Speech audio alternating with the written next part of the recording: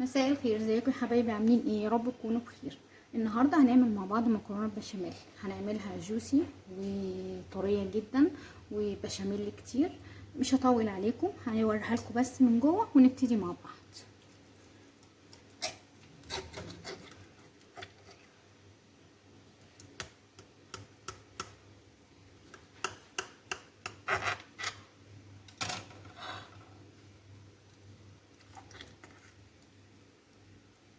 طبعا هي لسه سخنه.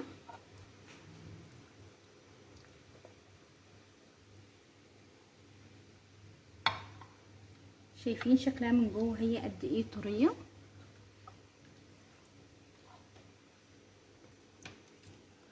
بصوا شكلها قد ايه طريه كده وجوسي.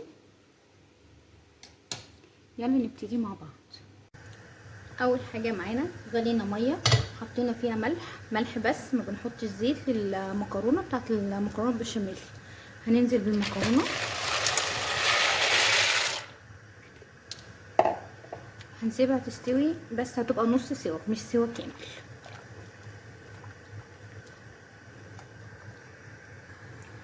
ودلوقتي هنعصج اللحمه على ما المكرونه تستوي. طاسه سخنه هنحط فيها نص معلقه سمنه، هنسيبها تسخن كويس وبعد كده ننزل باللحمه المفرومه.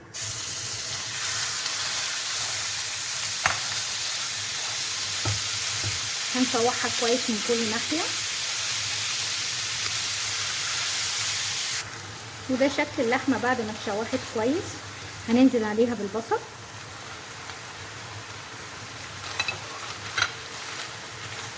نقلبها كويس.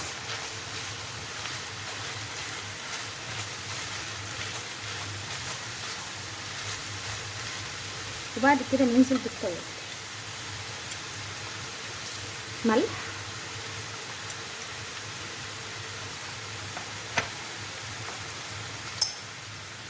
فلفل اسود،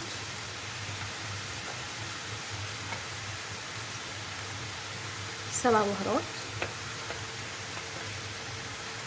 رشة قرفة اختياري، وجوز الطيب.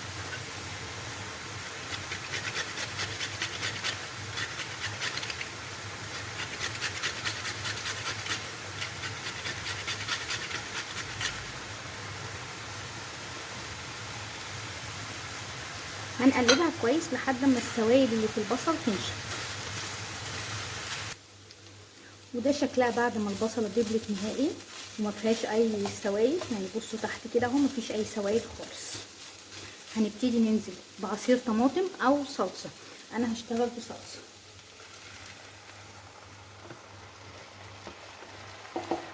بالشكل ده كده. نقلبها كويس.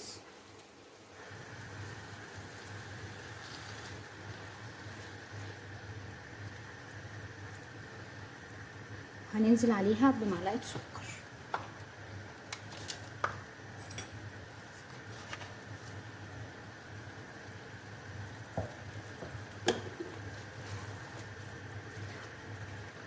وهنسيبها تغلي كده غلوه حلوه وكده تبقى جهزت معانا. ده شكلها بعد ما غليت كويس. طبعا لو شغاله بعصير طماطم هنسيبها لحد ما تتسبك كده. خلاص اللحمه المعصجه معانا جهزت. يلا نعمل البشاميل مع بعض. دي البشاميل نزلت ب4 معالق سمنه كبار، هسيبهم يسخنوا كويس قوي. بعد كده هنزل عليهم حوالي 8 معالق دقيق. نقلب كويس.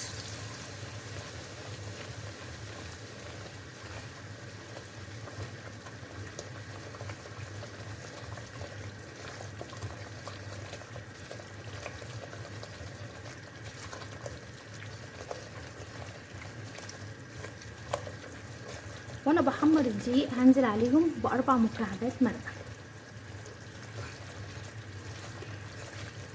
بتديها طعم حلو جدا. هنقلب كويس لحد اما الدقيق يتحمر وكمان المرقه تدوب. نبتدي ننزل عليها باللبن، لبن بارد.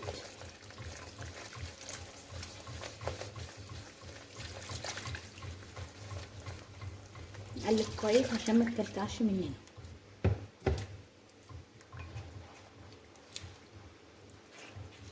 لو حابه تحطي النص لبن والنص الباقي ميه هتبقى حلوه مش هتبقى وحشه.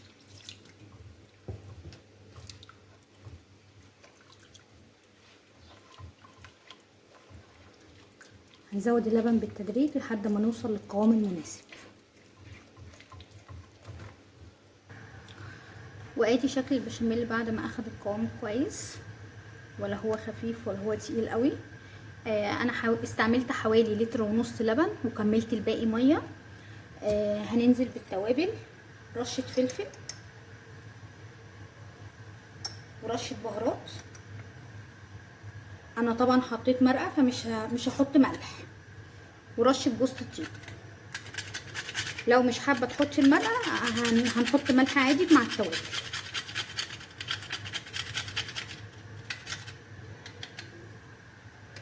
بالشكل ده كده هنقلبه. هي خلاص ابتدت تغلي.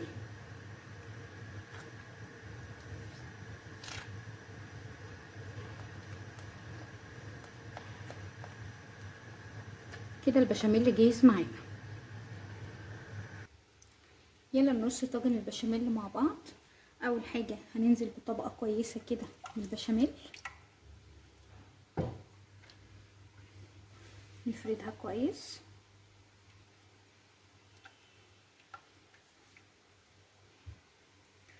تاني خطوه انا بحب اعملها، البشاميل اللي باقي معايا انا شلت جزء منه للوش، الباقي هنزل بالمكرونه فيه.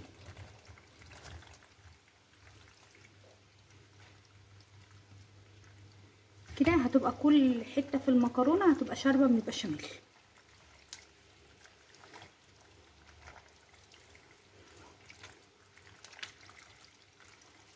نقلب كويس.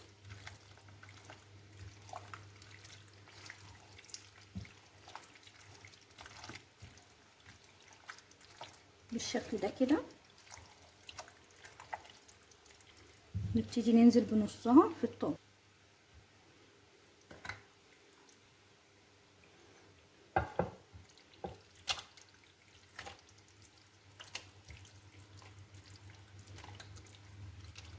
الخطوه دي حلوه جدا، بتخليها كلها شاربه من البشاميل كويس.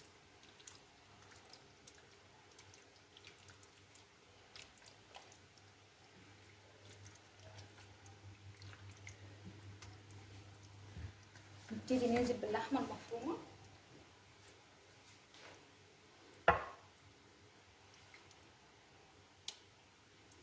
الصلصه مع البشاميل كتير حقيقي بتخليها جوسي كده وطريه جدا. نوزع اللحمه المفرومه في كل حته كده كويس. هننزل بباقي المكرونه.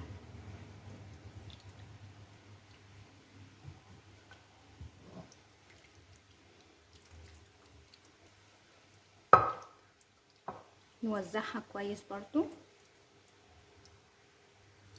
واخر حاجه هنبتدي نحط طبقه بشاميل على الوش.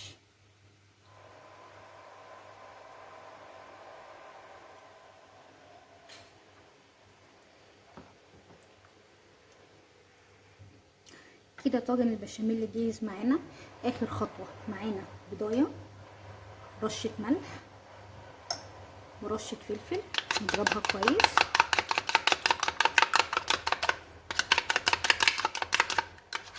وهننزل بيها على الوش. حقيقي البضايه بتفرق فعلا في اللون والطعم.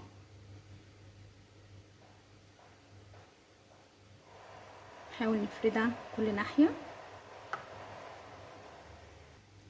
وبكده طاجن البشاميل جاهز معانا. هندخله الفرن لحد ما الوش ياخد اللون الذهبي. وده شكل طاجن المكرونه بعد ما طلع من الفرن. يا رب تكون الطريقه النهارده عجبتكم وتكون سهله. لو الفيديو عجبكم اعملوا لايك وشير وسيبوا لي كومنت حلو كده وسبسكرايب للقناه وتفعيل زر الجرس عشان يوصل لكم كل جديد. استنونا في فيديو جديد ووصفه جديده. دمتم بخير.